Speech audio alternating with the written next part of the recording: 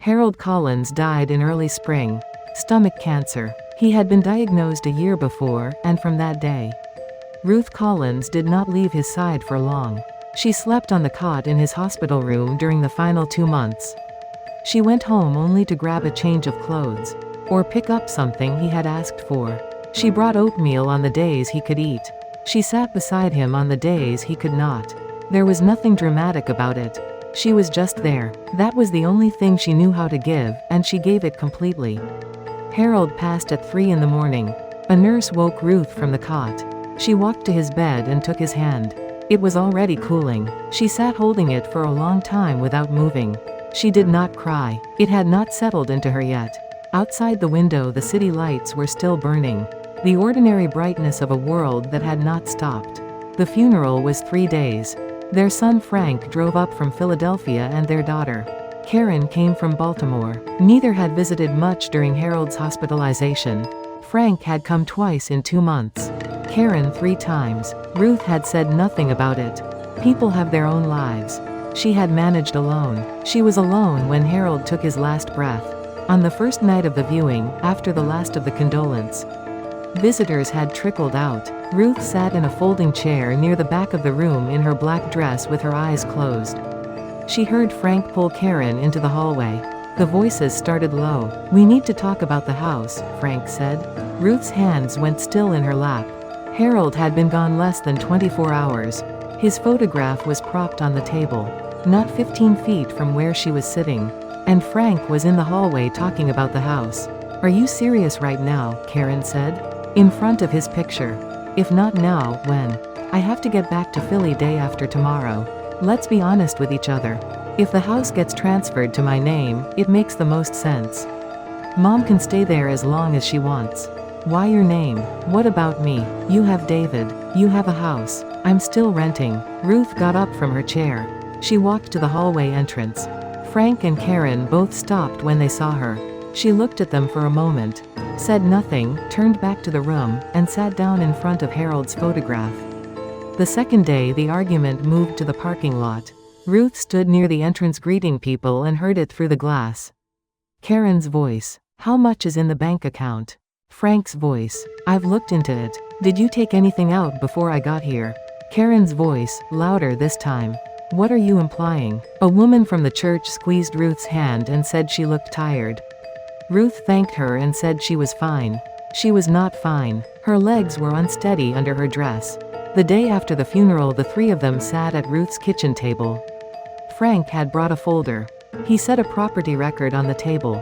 Harold's name only. The house had been in Harold's name since they bought it together in 1984. Ruth had never thought to ask about it. She had lived there for 40 years.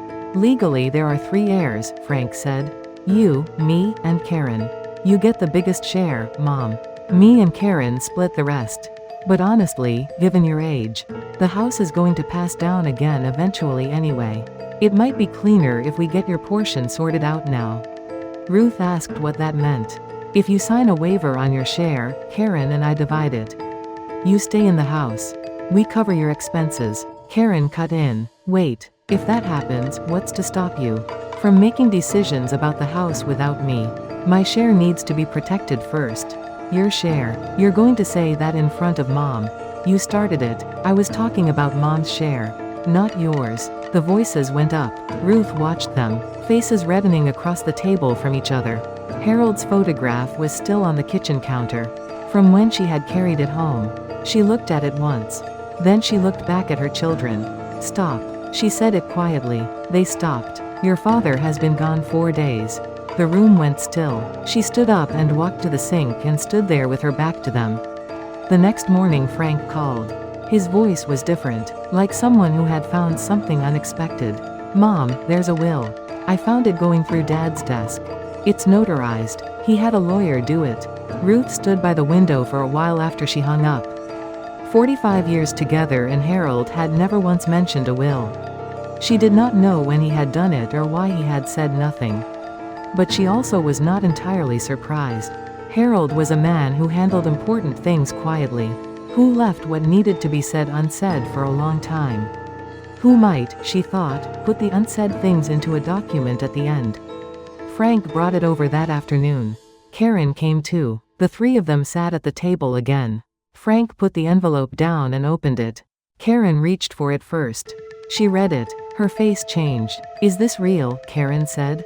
"It's notarized," Frank said. "It's legal." Ruth asked what it said. Karen put it down and did not answer. Frank said, "Dad left everything to you, Mom. The house, the bank accounts, all of it." Ruth sat with that for a moment. Harold had left everything to her. "Did you know about this?" Karen said. "Did you two do this together?" "I didn't know. How is that possible? He did this on his own." Frank said, "It's a notarized will, Karen. There's no contesting it, so we get nothing. We should at least look into our statutory rights. You want to talk about that right now? In front of Mom. You're the one who brought money into this." Ruth picked up the will. She read it slowly. It was typed, prepared by a lawyer. Harold's signature was at the bottom. The signature looked different from what she remembered. The letters trembled slightly. He had been very sick when he signed it. At the bottom of the last page, beneath all the legal language, there was a single line in a different format. It read like something Harold had asked to be added. "All that I have, I leave to Ruth. She is the reason I kept going." Ruth's eyes filled. The children were still talking. She stopped hearing them. That one sentence took up everything. "She is the reason I kept going." 45 years and Harold had never said anything close to that out loud. He was not a man for that kind of language. He showed up. He fixed things. He worked. He was there. But the words were not something that came easily to him. And yet here was this sentence, signed and witnessed and dated. Written in the last months of his life. When getting to a lawyer's office would have cost him something significant. Ruth stood up. Frank and Karen went quiet. She put the will back on the table and said, "I'm staying in this house. I'm using whatever is in that account for as long as I need it. I plan to be around for a while."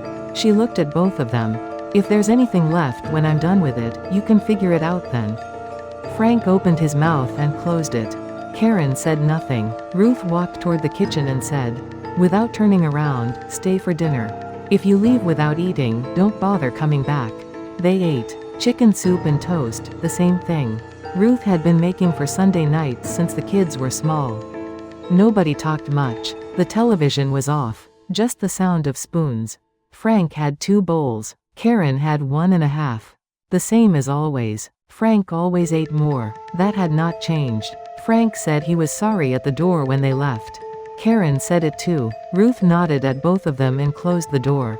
After they were gone, she sat alone in the kitchen with Harold's photograph. She read that last line again in her head. "She is the reason I kept going." He had never said it. Not once. But he had written it down. Paid a lawyer to make it official. Signed his shaking name to it. She said, quietly, to the photograph, "You could have just told me." Then she laughed. Or something close to it. The dispute never went further. Frank and Karen were quiet for a month. Karen called first, said she was coming for the weekend, no agenda. Ruth said fine. Karen came and they ate soup and she went home. Frank came 2 months later with his son. Ruth held her grandson. She and Frank did not talk about any of it. They ate dinner and he drove home. Ruth still lives in the house. The accounts have been transferred. The deed is in her name now. Harold left it that way. People say inheritance tears families apart. That is true, but a will can also be the last thing a person says. The thing they could not find the words for while they were living. Harold Collins could not say it. But he wrote it down. Ruth read it after he was gone. Late. But she read it. That was enough. If this story reached you, please subscribe. There are lives like this one everywhere. Quietly carrying what they cannot say out loud. We will keep telling them. Thank you for staying all the way to the end.